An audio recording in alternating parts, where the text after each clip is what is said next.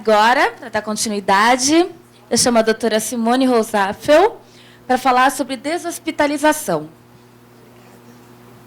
Bom dia. Eu confesso que eu fiquei com dó de pegar o lugar da colega. Estava tão bom, né? Ela podia falar o dia inteiro para a gente. Parabéns mais uma vez pela reunião, parabéns para a Brela, para todos os colegas presentes, para as famílias e pacientes. O tema de hospitalização, ele está aí há 2, 3 anos em voga, né? A gente fala, e hoje eu vou falar mais do mesmo, porque nada mudou, tudo continua igual. Então, vamos ver se a gente consegue entender essa questão, entender as problemáticas que estão por trás desse tema, para a gente conseguir mudar essa realidade. Bom dia.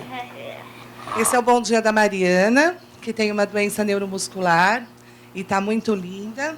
E o nosso próximo vídeo, para quem não esteve aqui na última reunião, é a Moreia respirando. Eu falei que esse ano eu trocava o seu Carlos por ela, em todas as aulas, e ela está aí de novo, porque a gente não aprende a respirar. Vamos prestar atenção, mais uma vez? A gente vê a Moreia respirando no final, porque a gente não pode perder tempo, não é para vocês aprenderem a respirar, tá vendo? Que esse sorriso seja sempre o meu melhor presente, minha melhor resposta, minha melhor aposta. Eu aposto na vida. Tudo que a gente faz é em busca desses sorrisos. Não tem nada mais importante do que isso. O resto é tudo bobagem. A gente está buscando sorrisos, qualidade de vida. Por mais que as nossas palestras sejam técnicas, a gente quer as pessoas felizes. Ninguém está aqui para tratar um paciente numa cama de hospital sem nenhuma qualidade de vida. Esse não é o nosso objetivo, não é o meu objetivo, não é a minha aposta. Nós temos muito mais para fazer pelas nossas pessoas. A gente já sabe que as doenças neuromusculares podem envolver todos os grupos musculares respiratórios, os inspiratórios, os expiratórios e os bulbares, portanto, cuidar de tudo. Eu gostei muito quando a colega falou da autorresponsabilidade, porque a gente tenta fazer a nossa parte, mas depende muito da escolha, de quanto cada um vai assumir a sua parte, né? Eu não sei se é uma tendência nossa achar que tudo magicamente vai se resolver. E a gente acaba filtrando e fazendo só aquilo que a gente acredita que vai dar certo. Mas o cotidiano nos mostra que é diferente. Todos os dias alguém me liga de algum hospital que tem um paciente meu, seja da associação, seja da particular, que está lá passando mal, e eu peço, por favor, antes de qualquer medida, coloque o BiPAP. Vamos aumentar as pressões. E as pessoas me respondem assim, invariavelmente, que BiPAP? A família não levou o ventilador. Aí, por exemplo, ontem, tinha uma paciente no Rio de Janeiro saturando 58% no serviço de emergência. A família louca que o médico queria entubar, e a gente pedindo, coloque o BiPAP, aumente as pressões. De novo, que BiPAP? E a gente faz o quê? Fala para o médico, não entuba. Ele vai deixar o paciente morrer? Não tem nada para tentar, né? Já é sabido que nenhuma unidade básica de saúde, que nenhum serviço de emergência hospitalar tem ventilador de ventilação não invasiva. Não tem BiPAP, não tem Trilogy, não tem Astral, não tem. Ou vocês levam o de vocês, ou vocês vão ficar sem nada lá. E o médico não tem escolha. Ele tem que preservar a vida do paciente. Se o paciente está saturando 58% e está com insuficiência respiratória aguda, ele vai fazer o quê? Vai assoprar? Ele tem que entubar.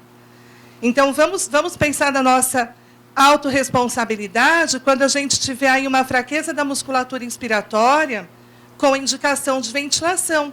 Porque na fisiopatologia dessas complicações, a gente tem um distúrbio ventilatório restritivo, por causa do quê? Qual é a principal característica das doenças neuromusculares? Fraqueza.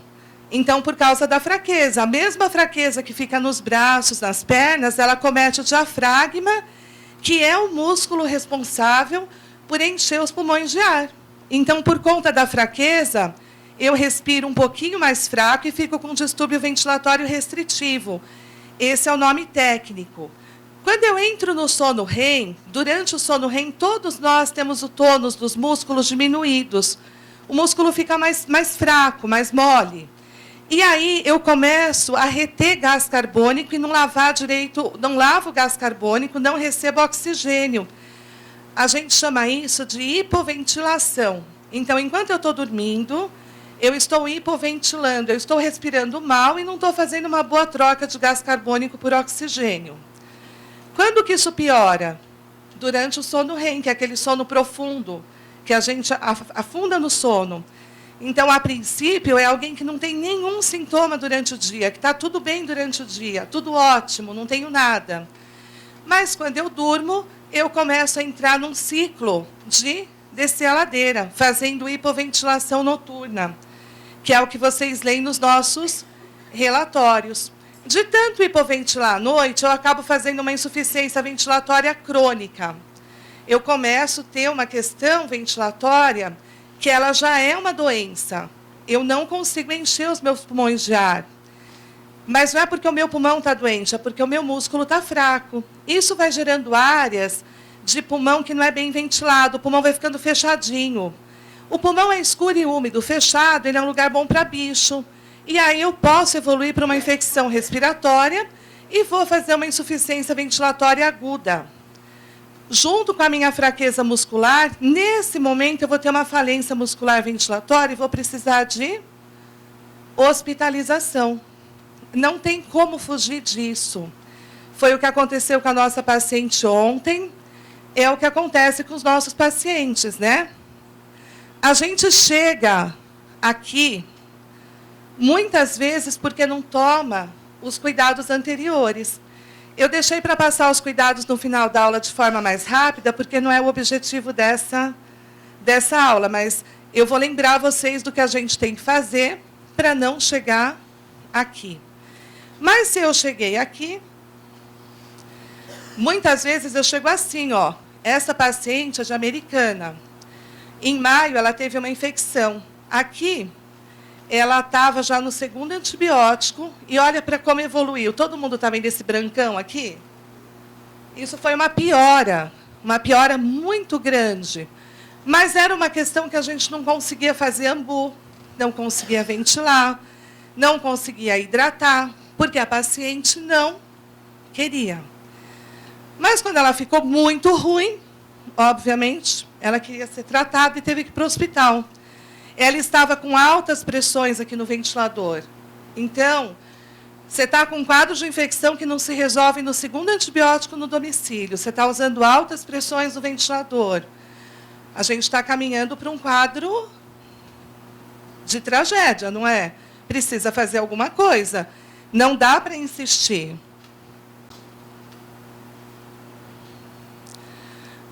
Quando que nessa situação que eu mostrei, eu vou pensar em oxigênio? Porque o que tem acontecido em relação ao oxigênio é que todo mundo chega no hospital gritando que não pode pôr oxigênio, né?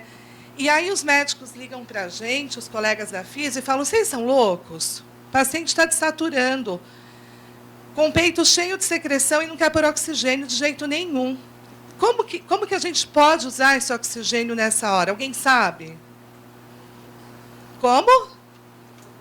Isso, junto com a ventilação, pode. E pode ficar saturando 58, cheio de catarro, e falar que não pode pôr oxigênio no ventilador?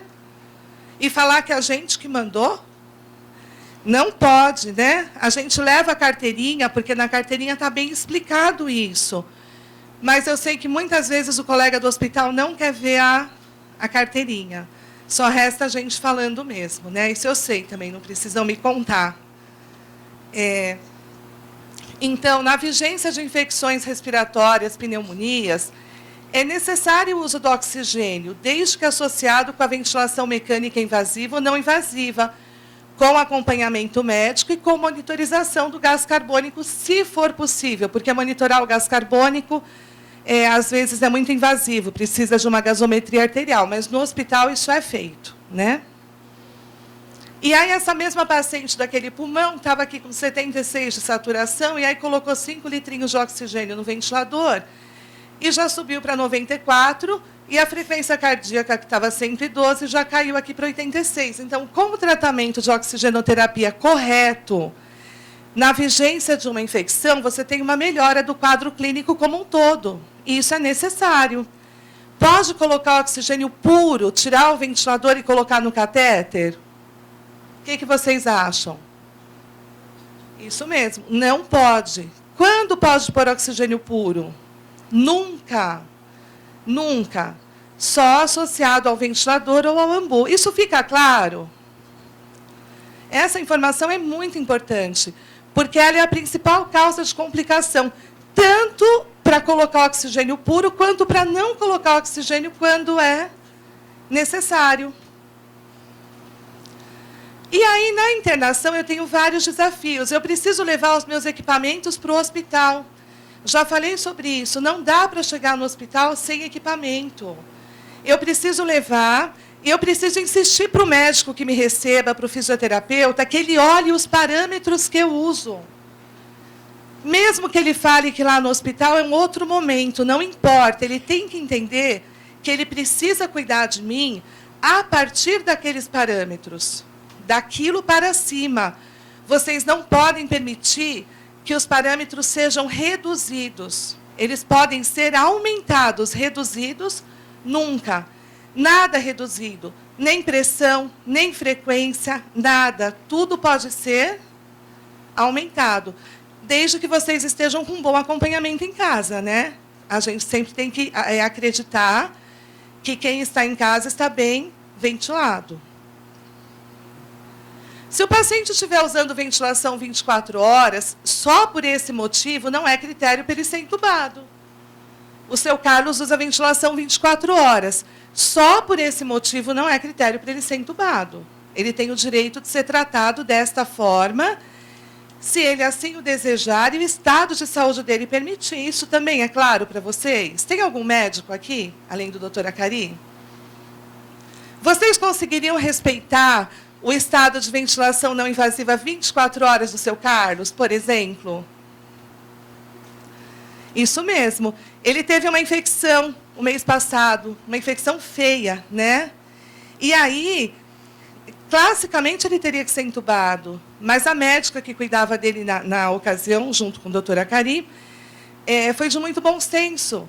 E ele fez o quê?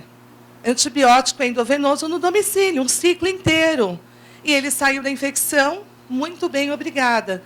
Então, isso por si só não é critério de intubação orotraqueal. Agora, falência ventilatória, aí é outra história, né?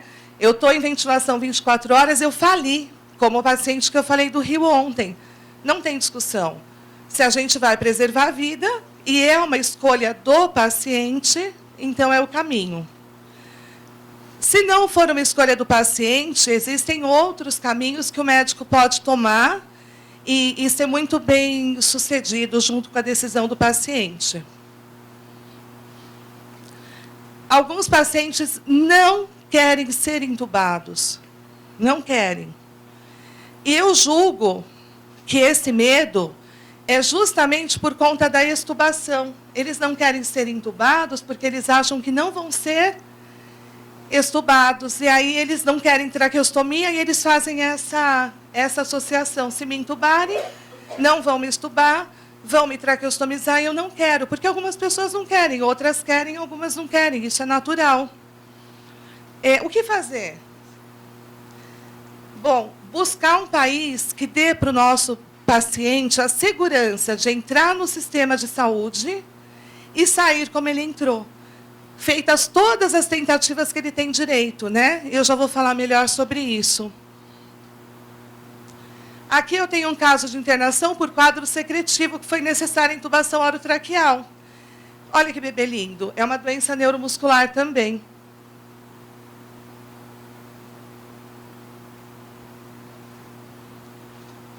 Amiotrofia espinhal progressiva tipo 1, doença do neurônio motor.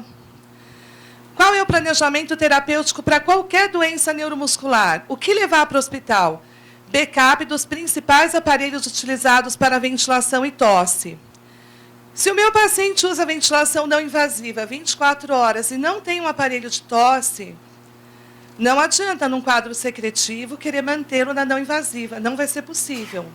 É melhor que ele seja entubado, porque vai ser um sofrimento desnecessário. Como que você tira o ventilador de alguém, deixa a pessoa sem ar, é como jogar ela dentro de uma piscina. Põe uma sonda no nariz dela até o pulmão, aspira, aspira, aspira, tira a sonda. Vocês acham que ela fica bem? Não. Ou tem máquina de tosse com ventilação não invasiva 24 horas, ou não tem ventilação não invasiva 24 horas, tá bom? Isso é bem claro para a gente. A hospitalização é decidida no momento que os recursos terapêuticos domiciliares se esgotam e o paciente corre risco. É importante a equipe entender isso. É o limite da equipe, é o limite do conhecimento. Ah, mas o paciente podia tentar mais, mas a equipe não consegue. Então, precisa discutir isso e tomar essa decisão em conjunto.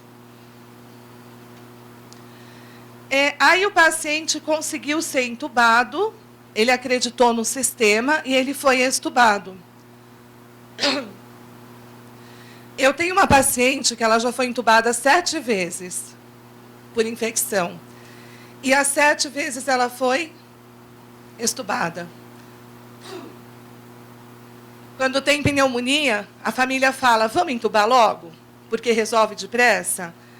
Mas isso não é realidade, isso ainda é utópico dentro do nosso sistema de saúde. Tem aqui.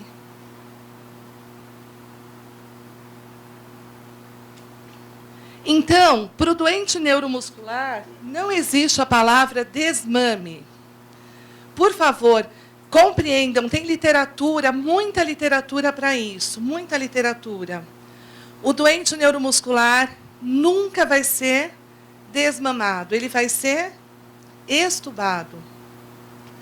Não tentem desmamar os parâmetros do ventilador, não tentem desmamar a frequência respiratória, muito menos o número de horas. Um paciente que só usava ventilação no período noturno, quando ele é intubado e precisa ser extubado, muito provavelmente nos próximos 7 a 15 dias, ele vai precisar de ventilação não invasiva 24 horas. Isso não é um problema. Quando ele se recuperar, que ele retornar ao que ele tinha anteriormente, ele volta a usar o aparelho no período noturno. Isso é sazonal, podem acreditar nisso. Algumas pessoas falam, ele estava tão bem antes dessa pneumonia, agora está usando o aparelho 24 horas. Tá bom, mas é só agora. Depois tudo volta ao normal. Quando a gente tem uma gripe muito forte, a gente não fica derrubado? E depois não volta ao normal? Quem tem uma doença neuromuscular fica mais derrubado ainda. E demora para voltar ao normal, mais do que a gente. Precisa ter paciência. Nesse momento, precisa aumentar os parâmetros do ventilador para dar mais suporte, mais descanso. Depois, você reduz ao que era usado antes. E onde que eu acho critérios para extubar o meu paciente? Porque a gente que é brasileiro adora um protocolo, né? Dr. John Barr, publicação na Chest de 2010, é o paradigma da extubação dos pacientes neuromusculares. Levem esse artigo junto para os hospitais. Discutam isso com a equipe que está com o seu familiar, com o seu paciente. O Dr. John Barr faz um protocolo bacana, publicado numa revista de excelência, né? A gente não deve desconsiderar isso quando a gente tem um paciente entubado. Primeiro, tentem o protocolo. Se o protocolo falir, a discussão é outra. Mas o que não dá é para pegar um doente neuromuscular em ventilação 24 horas e fazer teste de ventilação espontânea. Sabem o que é isso? Ir desmamando gradualmente os parâmetros do ventilador e depois deixar ele respirando sozinho. Quem já entrou no hospital usando ventilador 24 horas, consegue, depois de uma pneumonia, ficar sem ventilador? A menos que você tenha descoberto a cura da doença. Eu sempre falo isso para os colegas do hospital. Perdão. Se o paciente entrou aqui usando ventilação 24 horas, qual é a chance dele sair num teste de ventilação espontânea? Essa é uma pergunta que eu não consigo entender as respostas, porque as pessoas falam, olha, ele faliu em todos os testes de ventilação espontânea. Poxa, faliu mesmo? Que coisa, né? Mas ele usava 24 horas antes.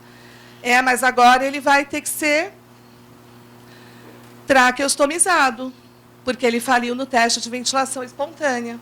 E porque eu aprendi na faculdade que ventilação 24 horas é sinônimo de traqueostomia. Bom, então eu queria muito que vocês refletissem sobre esse slide quando eu falo em deshospitalização. Porque senão o nosso paciente não tem chance nenhuma.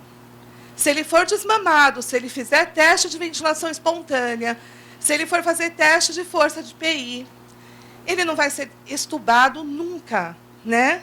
Ou a gente entende isso definitivamente, para de fazer o paciente sofrer, ou a gente aceita discutir com as equipes que estão estudando isso e se esforçando para trazer essa realidade para o Brasil. O fisioterapeuta Miguel Gonçalves esteve aqui em agosto, ele ficou chocado.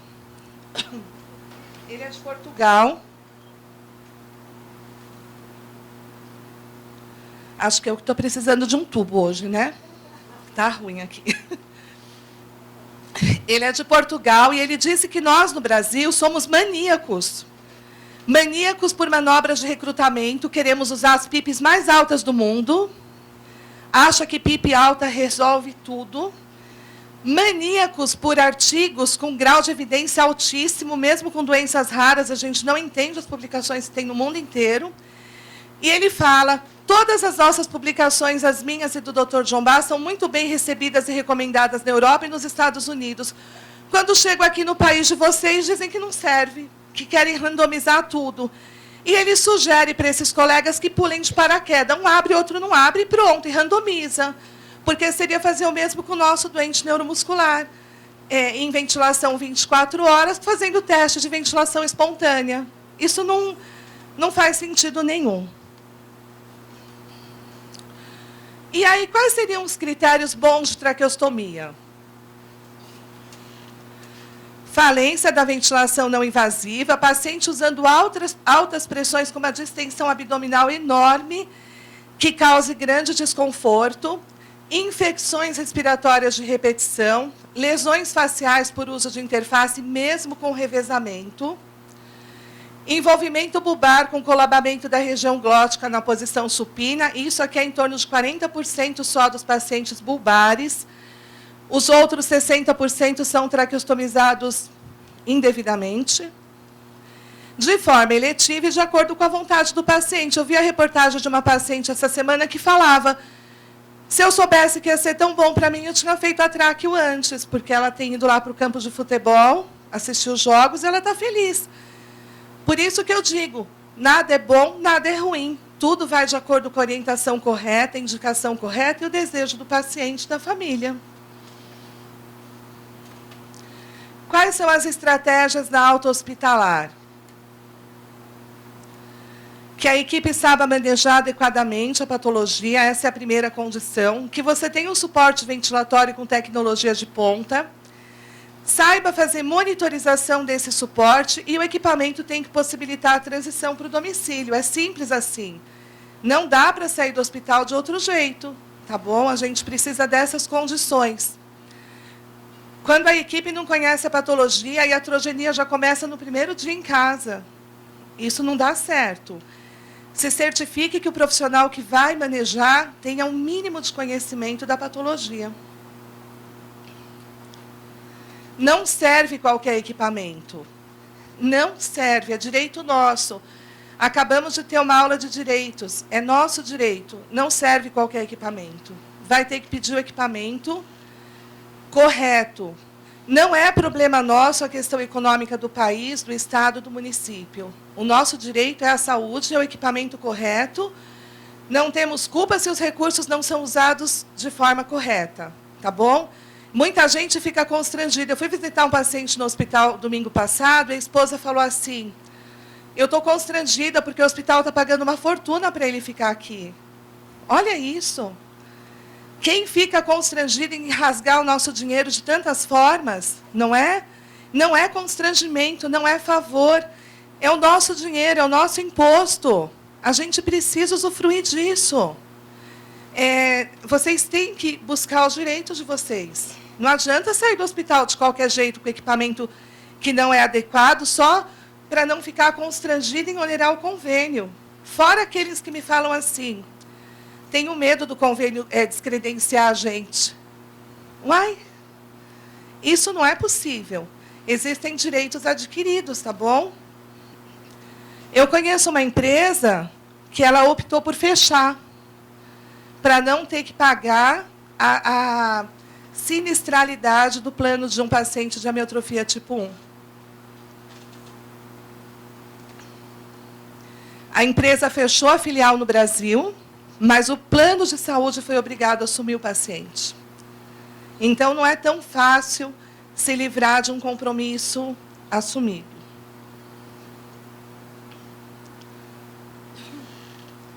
A gente tem que ter o suporte de uma boa equipe, a gente tem que ter um aparelho de tosse assistida manual mecanicamente, ventiladores adequados, interfaces adequadas, monitorização, e isso faz com que as estratégias de deshospitalização sejam sempre um sucesso. Eu mostrei o senhor Nemésio aqui na última reunião. Ele foi hospitalizado de forma super complicada. Nós brigamos muito por essa deshospitalização e ele saiu assim, ó, feliz. Eu ainda contei que o único problema que nós tivemos é que, durante a hospitalização, o passarinho dele morreu. E a família teve que achar um passarinho novo para ele. Ah, será que ele vai me ouvir? Agora eu estou frita, né? Está gravando? Ele vai descobrir que o passarinho não é o passarinho. Não deixa o seu Nemésio ouvir isso, gente. É outro passarinho, né? Aquele morreu. Ele nem imagina. Putz, agora eu me lasquei.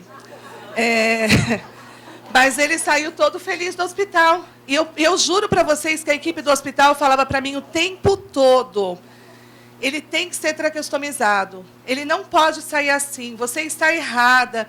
Mas foi uma briga de foice com as colegas. Só que hoje, naqueles momentos eu falava, eu quero vender cachorro-quente na praia, eu não quero mais isso, né? Mas hoje, vendo o sorriso do seu Nemésio, eu sinto que valeu a pena, né? Então, o problema do passarinho era o mais difícil no fim da história, tá bom? Um outro paciente também, que a equipe hospitalar jurava por Deus que não tinha saída, tinha que ser traqueostomizado, e foi uma grande briga, um caso grave. Quando a gente conseguiu fazer a extubação, depois de muita briga, e eu já contei aqui que, nesse caso, chamaram até uma psicóloga para mim, para eu entender que não podia. Ele saiu, ele foi extubado, mas ele ficou com uma lesão gravíssima da máscara. A equipe me chamou e falou: está vendo como você estava errada? Vai ter que traqueostomizar porque arrebentou a testa. Aí eu saí na rua chateada, dei de cara com uma representante dessa máscara. Ela falou: que cara é essa? Eu falei: querem traqueostomizar o paciente porque arrebentou a cara e eu não tô achando saída. Ela falou: a feira hospitalar começa semana que vem, eu estou com lançamento aqui, eu vou te dar, volta lá e põe nele. E aí, nessa hora, a gente vê que o mundo espiritual está do nosso lado, né? E agora ele fica mostrando os dedos para todo mundo.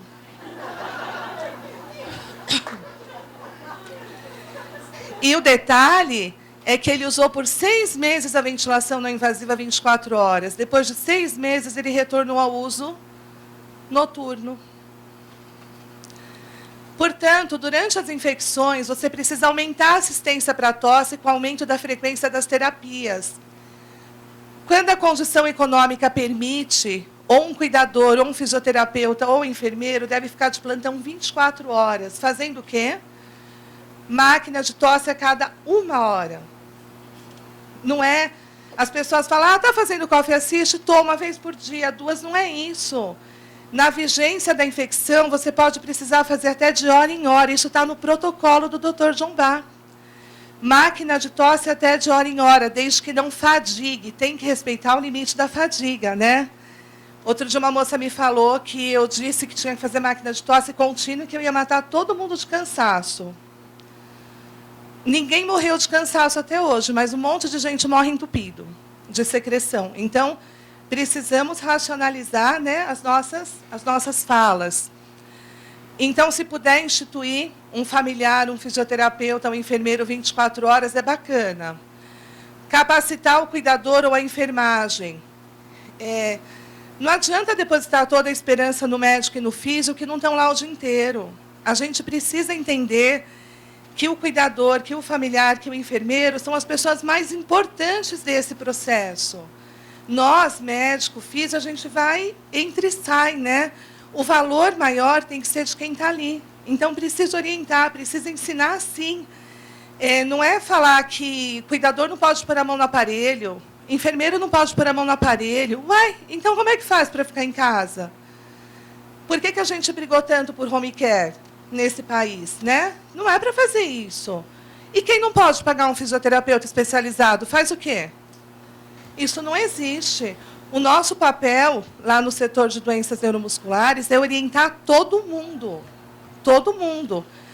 Não é todo mundo que tem físio especializado, não é todo mundo que tem médico especializado. O familiar e o cuidador são a peça-chave, fundamental na deshospitalização do nosso paciente, tá bom? Tem algumas pessoas que você fala, como que está a leitura do equipamento? Nunca fez. Nunca viu a ficha de leitura do equipamento. Todo equipamento hoje faz download, faz leitura dos dados.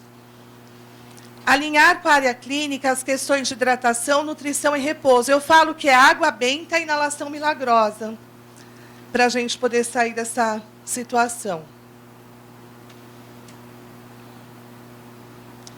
Já falamos isso.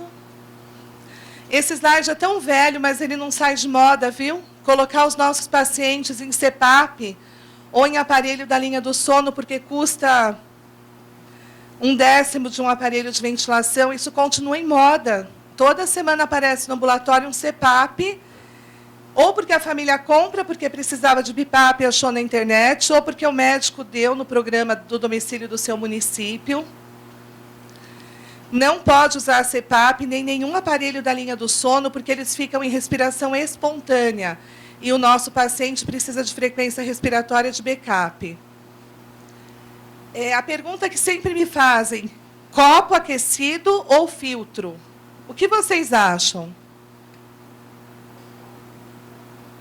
Quem usa base aquecida aqui?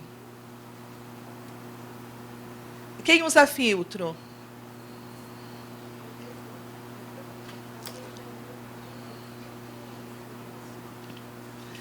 Olha só, nos hospitais a gente não tem mais o uso de base aquecida por uma questão de contaminação.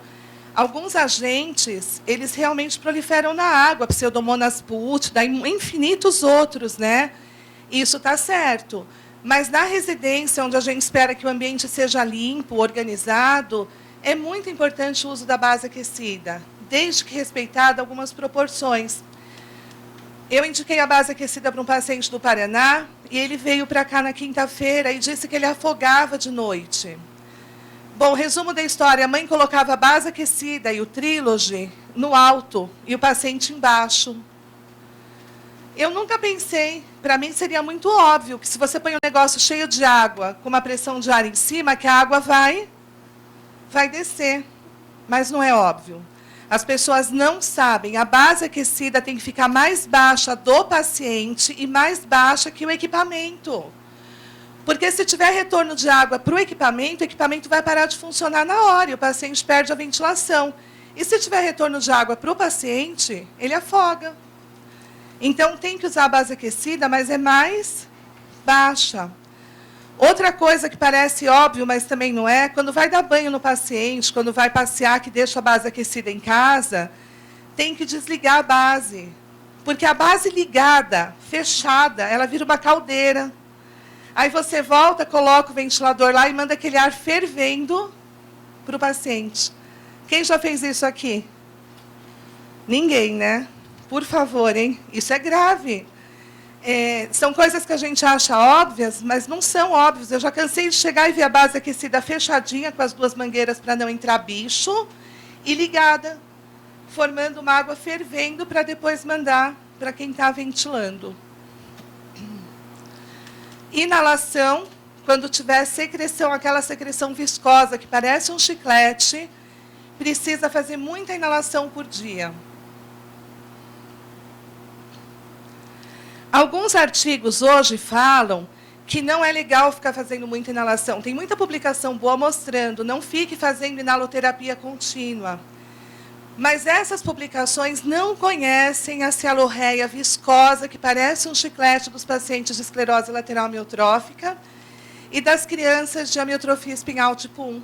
Não conhece, porque se conhecesse, colocaria na publicação uma ressalva. Se você tiver esclerose lateral amiotrófica, com aquela secreção que parece um chiclete, que não acaba nunca, você tem que beber muita água e fazer muita inalação, porque senão você não consegue se livrar dela.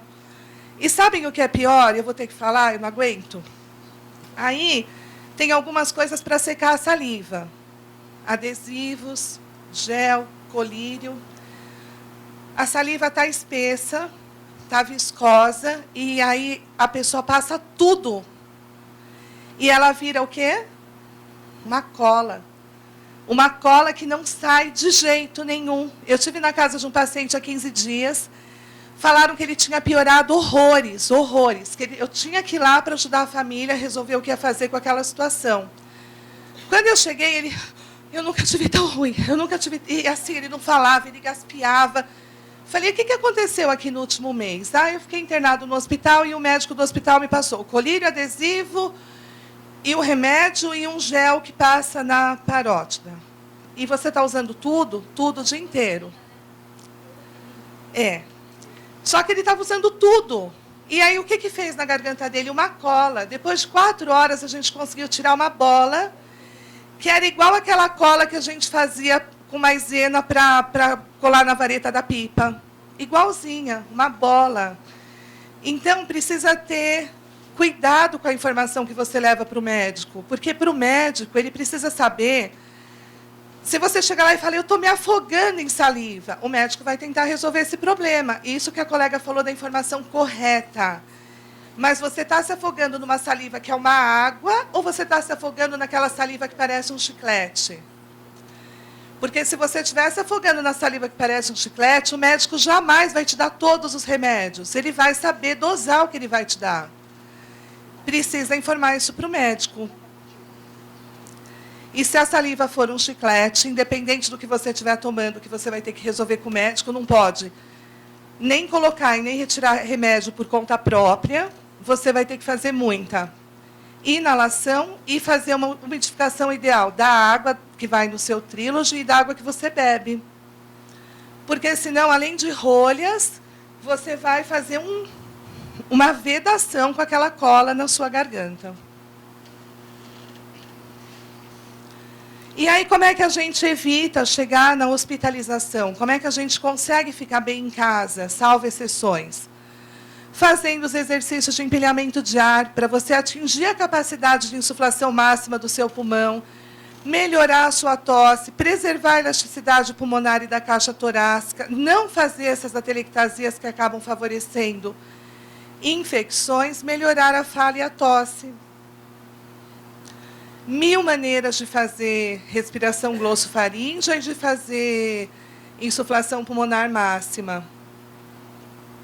No domicílio, mantenha a tosse assistida. Se tiver não invasiva, reveza as interfaces, faz a leitura dos equipamentos para saber como que as pessoas sabem quando aumenta ou quando diminui as pressões dos equipamentos. Quando elas fazem leitura. Porque, senão, a gente vai imaginar que o colega que está cuidando do equipamento é vidente. Ele tem uma bola de cristal, ele olha na bola e a bola fala, aumenta 2 pontos, 10 pontos. Não é assim. Eu tenho que fazer um download, uma leitura, ver qual é o volume que o paciente está fazendo, quantas vezes ele está iniciando a ventilação do aparelho, porque eu quero que o doente neuromuscular encoste no aparelho. Eu quero que ele descanse quando ele durma. A partir daí, eu vou ver a expansibilidade torácica, eu vou ver a saturação de oxigênio, e aí eu vou fazer uma estratégia terapêutica para programar a pressão do aparelho. Isso deve ser feito pelo menos a cada 3 meses. Pelo menos. ou a qualquer momento que eu tenha alguma alteração do estado de saúde. Isso fica claro? Compreendem isso? Não adianta só ter o melhor equipamento, ter uma Ferrari em casa e ninguém sabe pilotar, só sabe andar de bicicleta. Tem gente que chega no ambulatório, que vem de outros estados, com equipamento programado há 3, 4 anos do mesmo jeito. Isso é inadmissível, tá bom? A gente vai mudar essa nomenclatura e vai falar esses equipamentos para quem tem uma pequena dependência do ventilador, esses para quem tem uma média dependência e esses para quem tem uma grande dependência. É dessa forma que a gente ventila o paciente, tá bom? Não adianta pegar esse equipamento e colocar aqui onde a pessoa tem uma grande dependência 24 horas, porque isso daqui aquece, o fluxo cai e a pressão que você programou não entra. E o paciente fica muito mal ventilado. Da mesma forma, é o fim da picada pegar isso daqui para usar 2, 3 horas por noite. Não se justifica. E a gente vê muito paciente recém-diagnosticado que nem tem indicação de ventilação, com os melhores equipamentos de ventilar, de tosse, como se fosse um combo.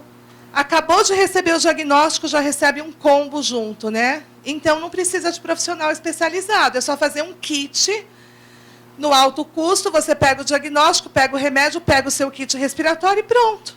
Isso não faz sentido, gente. Tem que saber prescrever, porque senão também onera o Estado, também onera o convênio, e assim a gente não consegue ventilar adequadamente as pessoas. E eu também penso que quando eu faço uma intervenção na evolução natural da doença, eu promovo uma mudança.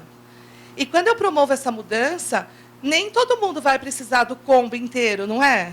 Se você interviu na evolução natural da doença, você mudou a evolução da doença, pode ser que o seu paciente não precise desse combo todo aqui.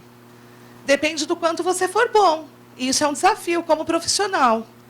Um bom profissional muda a evolução natural da doença. Ele não precisa dar um combo para ninguém, tá? Na última reunião, tinha a esposa de um paciente sentadinha ali perto do rapaz da câmera, chorando muito. Ela era minha paciente do consultório. Ele, um engenheiro da Embraer, bem-sucedido, ela uma médica. E ela chorava e falava, tudo que você fala eu faço, e ele só piora. O que eu não estou fazendo certo? E eu falava, não sei. E eu pensava comigo, será que está fazendo mesmo? Né? Aquele ranço do profissional que acha que o paciente não está fazendo. E ela falava, eu estou fazendo, tudo que vocês falaram, tudo que você falou, que a Cristina falou, que todo mundo falou, eu estou fazendo, ele só piora. Bom, depois de um mês a gente descobriu que ele tinha um outro problema de saúde, ele tinha um tumor enorme no cérebro. E esse tumor estava fazendo ele piorar, né? Então, cuidado, às vezes a investigação é mais ampla. Às vezes as coisas não são só como elas parecem ser. E aí a gente compreendeu a angústia dela, a minha angústia como profissional. Ela estava fazendo, mas veio uma coisa que era inesperada, uma surpresa, né? Que mudou o rumo do nosso trabalho.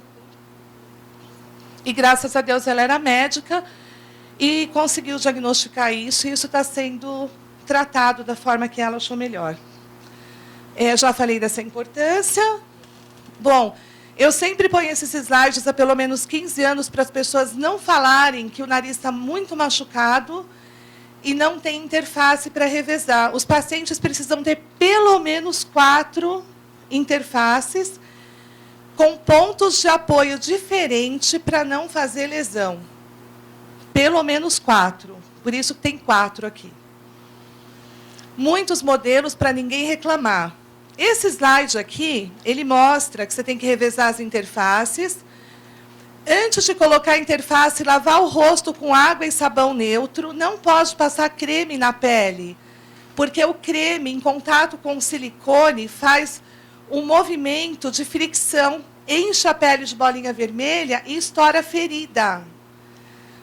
Por que eu estou falando isso aqui? Porque eu estive arrumando o nosso quartinho de doação da Abrela, e, para minha surpresa, as máscaras que eu recebi de doação, 40% eu tive que jogar no lixo.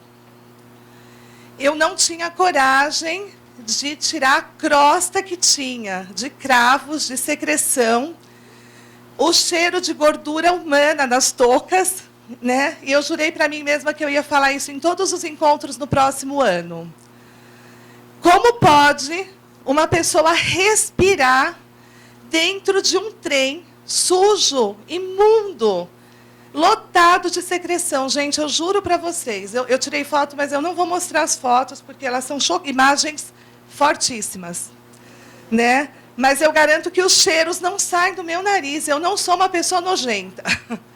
Então, fico pensando, como você ventila alguém sem lavar o rosto, sem lavar a máscara, todos os dias? Isso vai passar a ser assunto de todas as minhas aulas, até da pós-graduação.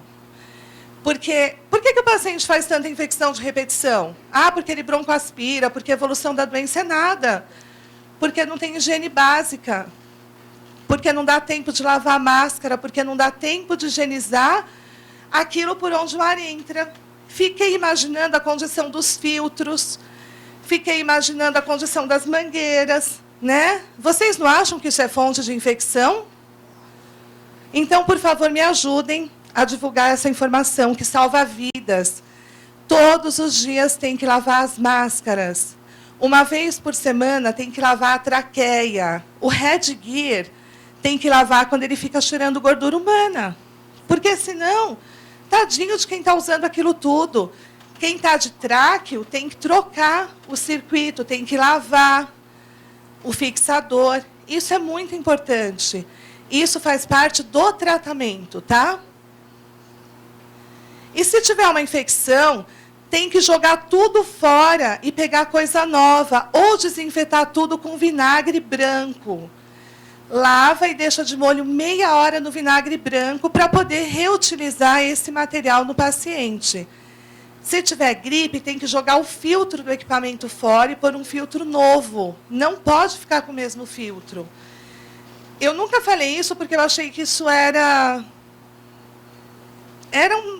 um lugar comum para todos, mas não é. Eu acredito que, se a gente conseguir fazer um trabalho, a gente vai descobrir que isso é fonte de grande parte das infecções que a gente tem.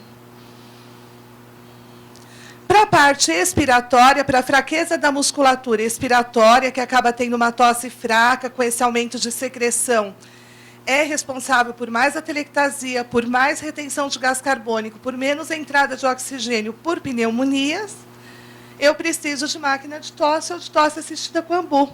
Isso aqui, ó, tá vendo esse pulmão? Fechou. Aí a gente fez a máquina de tosse e ele abriu. Isso é uma doença neuromuscular. Eu tenho todos esses recursos para fazer esse trabalho. E quando eu faço o trabalho, tudo é possível. Obrigada, desculpem a demora.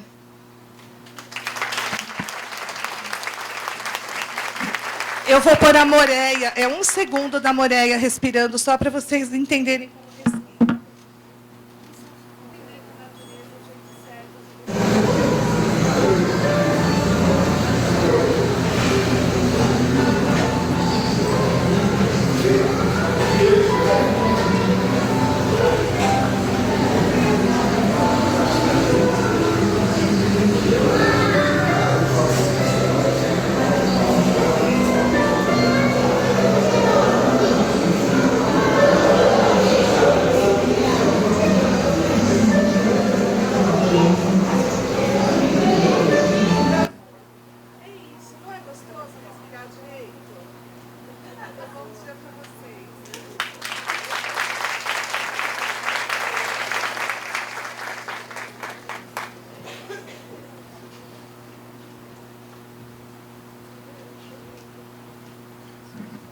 Obrigada, doutora Simone.